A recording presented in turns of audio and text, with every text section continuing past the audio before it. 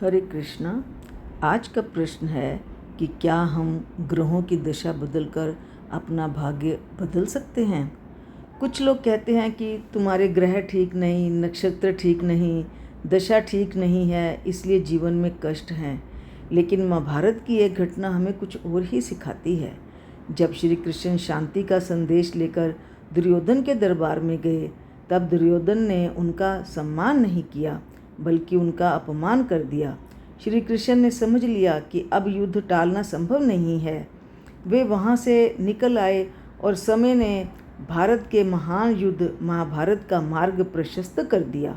कहा जाता है कि धृतराष्ट्र ने अपने राजजोशियों को बुलाया और दुर्योधन की कुंडली दिखाकर पूछा कि बताइए, इस युद्ध में विजय किसकी होगी। दुर्योधन की कुंडली क्या कहती है। ज्योतिषियों ने बड़े ध्यान से कुंडली देखी, ग्रहों का अध्ययन किया, नक्षत्रों की स्थिति देखी, दशाओं का अध्ययन किया और कहा, दुर्योधन की कुंडली तो अत्यंत बलवान है, ग्रह उच्च स्थान पर हैं, समय भी अनुकूल है। उन्होंने विश्वास के साथ कहा कि इस युद्ध में दुर्योधन की विजय के संकेत मिल रहे हैं। युद्ध आरंभ हुआ।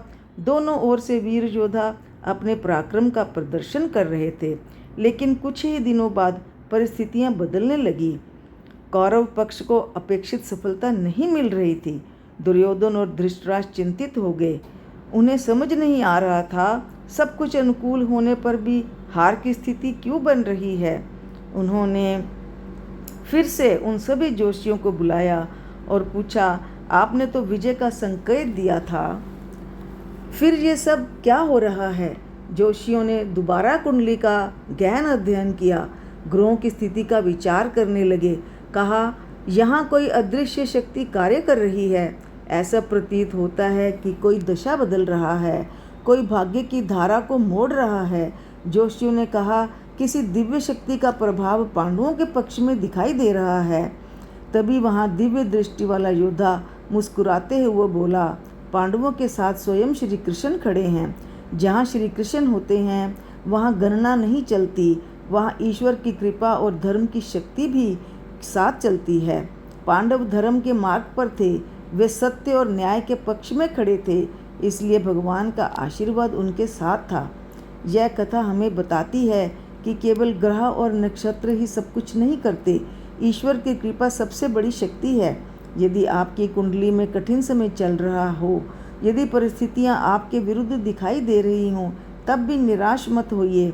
यदि आपका मन धर्म के मार्ग पर है, यदि आपके कर्म सच्चे हैं, तो भगवान आपके लिए नए रास्ते बनाते हैं।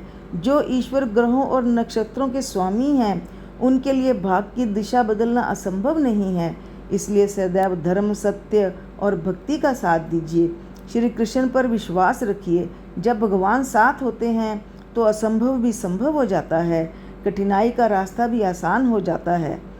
राधे राधे। जय श्री कृष्णा। यदि इस संदेश ने आपके मन को छुआ हो, आपकी सोच को बदला हो या आपके जीवन में सकारात्मक ऊर्जा का संचार किया हो, तो इस संदेश को यहीं तक सीमित मत रखिए, क्योंकि एक अच्छा विचार पूरे समाज को बदल सकता है।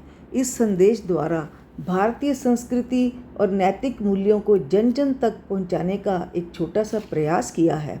आप भी इस प्रयास में योगदान दें, धर्म के भागीदार बने।